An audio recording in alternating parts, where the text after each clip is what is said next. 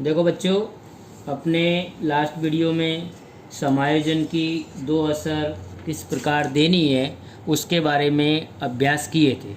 आज अपने समायोजन प्रविष्टियाँ के विषय में सवाल नंबर 7 बुक का पेज नंबर 78 चैप्टर नंबर 2 और सवाल नंबर 7 की समायोजन प्रविष्टियाँ किस प्रकार लिखेंगे उसके बारे में समझेंगे।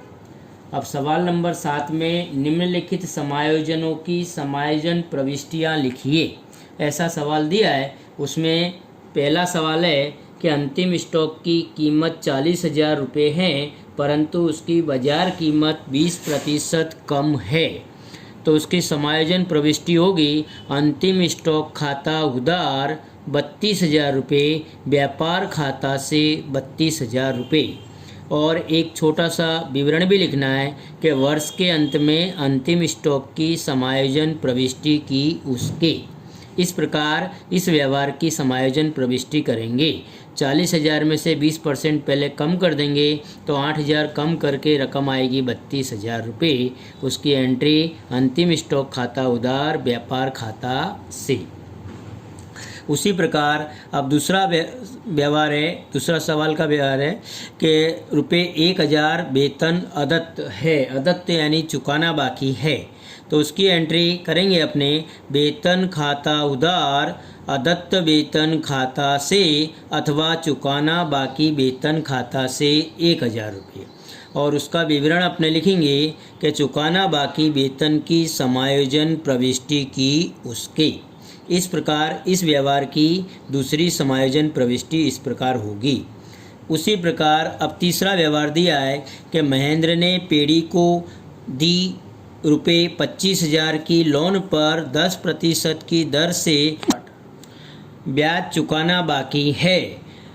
महेंद्र ने पेड़ी को दी रुपये 25,000 की लोन पर 10% की दर से 6 मास का ब्याज चुकाना बाकी है।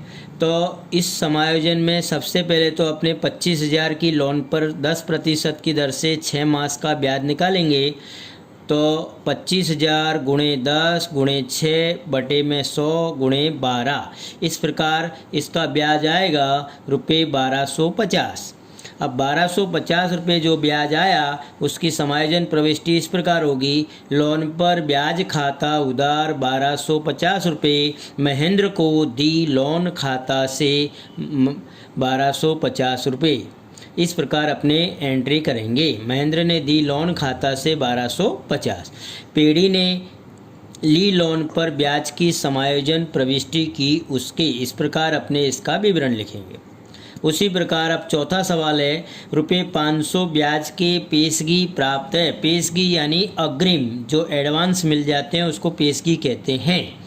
तो उसकी समायोजन प्रविष्टि होगी ब्याज खाता उधार अग्रिम प्राप्त ब्याज खाता से 500। विवरण इसका लिखेंगे अग्रिम प्राप्त ब्याज की समायोजन प्रविष्टि की उसके।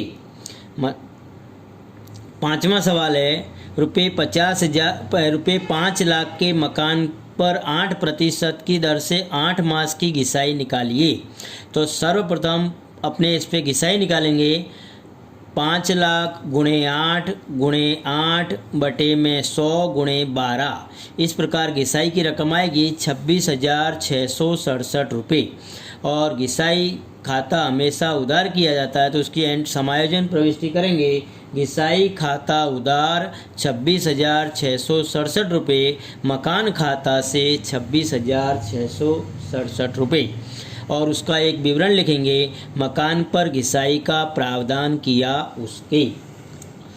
अगला सवाल है बच्चों, घिसाई हिसाबी वर्ष के अंत में धंधा में स्टेशनरी स्टॉक रुपये 250 का है, तो इसकी एंट्री अपने करेंगे।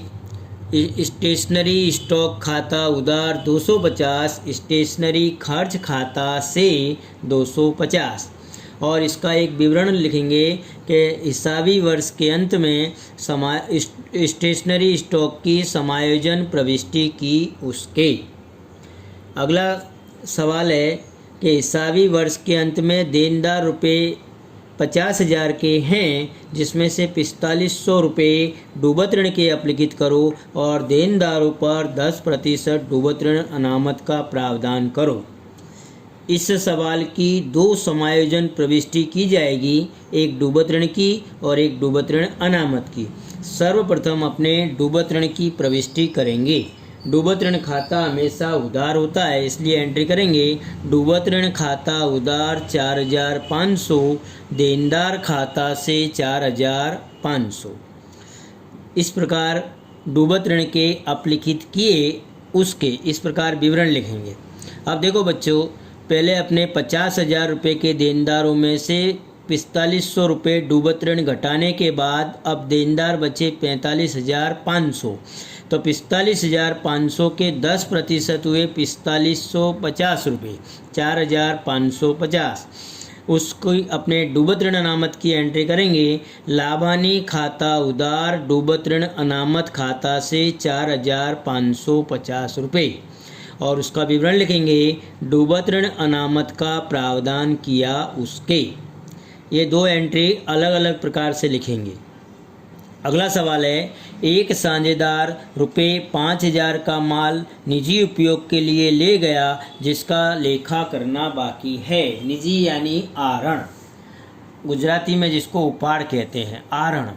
आरण खाता हमेशा उधार होता है, पूंजी खाता हमेशा जमा होता है, इसलिए पूंजी खाते की एंट्री यहाँ नहीं होगी, परंतु आरण की इस प्रकार एंट्री करेंगे। आरण खाता उधार 5,000, खरीद खाता से 5,000, क्योंकि उतना माल खरीदी में से कम हो जाएगा, इसलिए खरीद खाता की उधार बाकी होती है और यहाँ पर अपने जमा करेंगे। तो एंट्री होगी आरण खाता उधार 5,000, खरीद खाता से 5,000। साझेदार निजी उपयोग के लिए माल ले गया उसके, इस प्रकार विवरण लिखेंगे।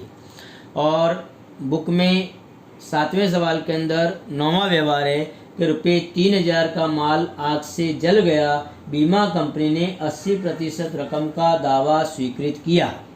तो यहाँ अपने सर्वप्रथम 3,000 के 80% निकालने पर यह रकम आएगी 2,400 रुपये। अब 3,000 में से 2,400 घटाने पर रकम आती है 600 रुपये। वह आग से नुकसान कहा जाएगा। तो इसकी समायोजन प्रविष्टि इस प्रकार होगी। बीमा कंपनी खाता उधार 2,400 रुपये, आग से नुकसान खाता उधार 600 रुपये, खरीद खाता से 3,000 रुपये।